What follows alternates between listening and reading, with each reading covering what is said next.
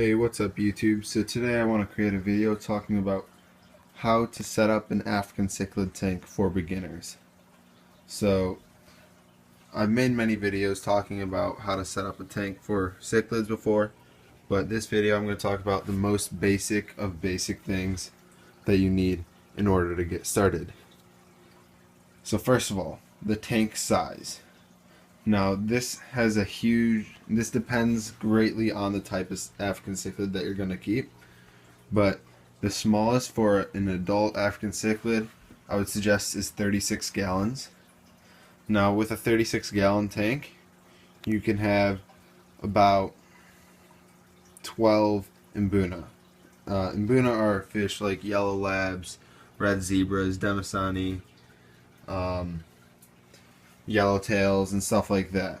Now, if you want to go any smaller than a 36 gallon, you're pushing it a little bit and it will greatly limit the amount of fish that you have. Now, after you have your tank size, you're going to want to pick out a filter.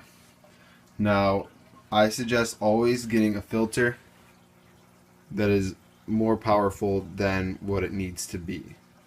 The reason is if anything happens in your tank, like any ammonia spikes or anything, your filter will be able to combat that, and it's more forgiving. Especially for beginners, you don't want to take any chances. It's worth the $20 upgrade to last a lot longer and better. So for this 10-gallon tank I have just for juveniles, but for this tank I have a filter that can run up to 20 to maybe even 30 gallons.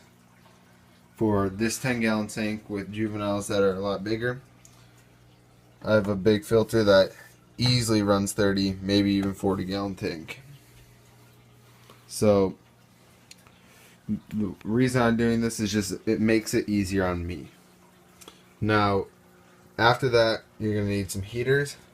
Now, with a 36-gallon tank or anything smaller than that, you'll only need one.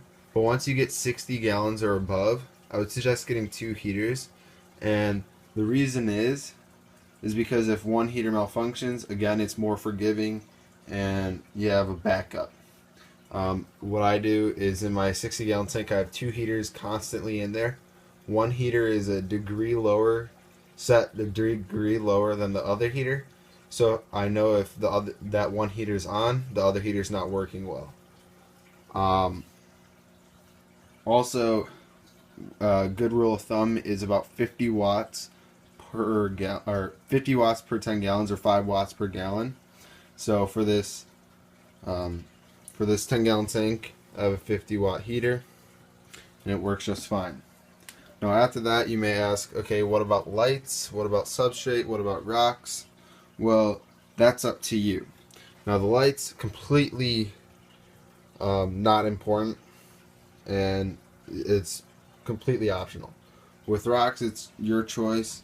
They might help reduce aggression, but other than that, you're good to go. Substrate as well. You don't really need it. So thank you guys for watching. If you have any questions, let me know, and I'll be sure to answer your questions in the comments. Thanks for watching. I hope you enjoyed.